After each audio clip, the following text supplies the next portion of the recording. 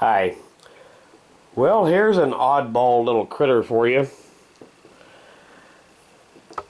Now, technically, I suppose you would call this a smoothbore pepper box.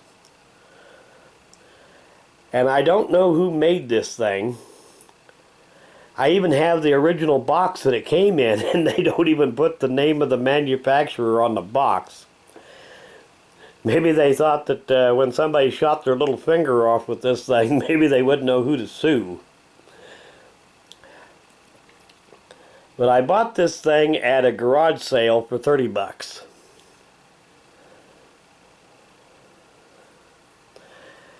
And as I said, I even got the original box, and even the box really doesn't say who it was made by.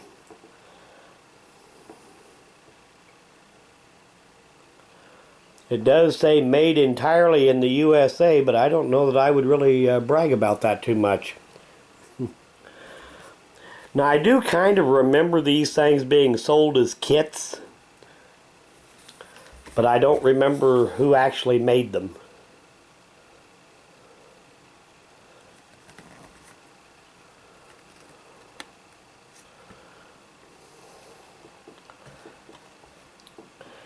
And here's why I think that this thing is kind of dangerous. You see that hammer rests right down on top of the nipple. If you had a cap on there, it'd be sitting right on top of a live cap.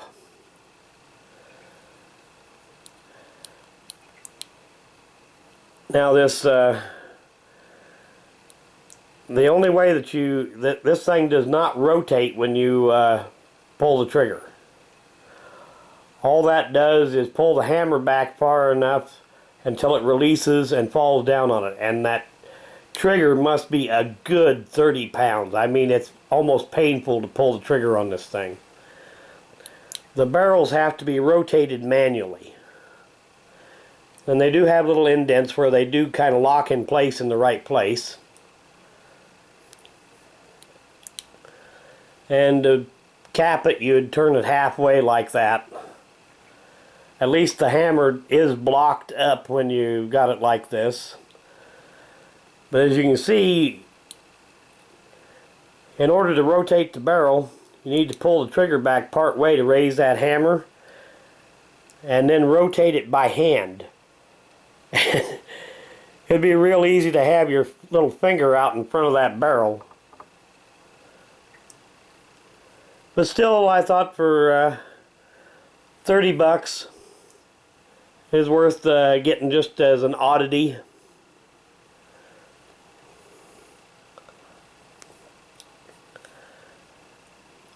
So I suppose you would classify it as a pepper box, but real original pepper boxes were not made like this.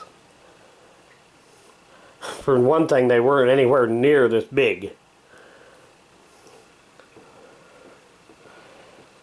Did come with a little ramrod to load it with, but short as the barrels are, you'd need a short starter to start the ball anyway, so you might as well just use a short starter to load it with.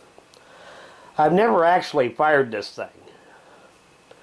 Not sure that I want to, as far as that goes.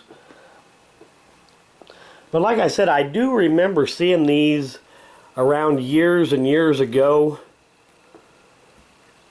sold as kits. This pepper box here, and I do remember seeing one of these as kit one time at a local store years and years ago. I think they called that one there a duck foot.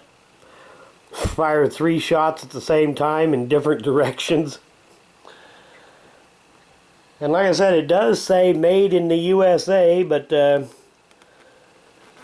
apparently they weren't proud enough to say who made it.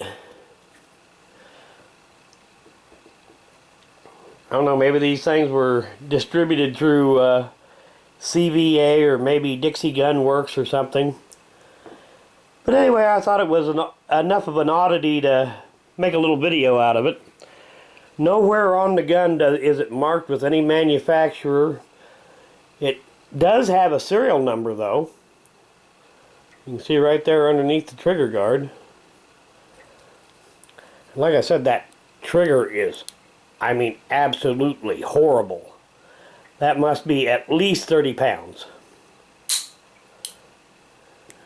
And really shouldn't do that. That can mess up the nipple on a gun to dry fire it. But on this thing, I'm not sure it really matters. But like I said, I thought it was worth a short video just as an oddity. Now I want to do an end of video shout out, and this one's for Idaho Lewis. And I'll put a link to the channel in the description of this video. Get a little free time, go check it out. Thanks for watching.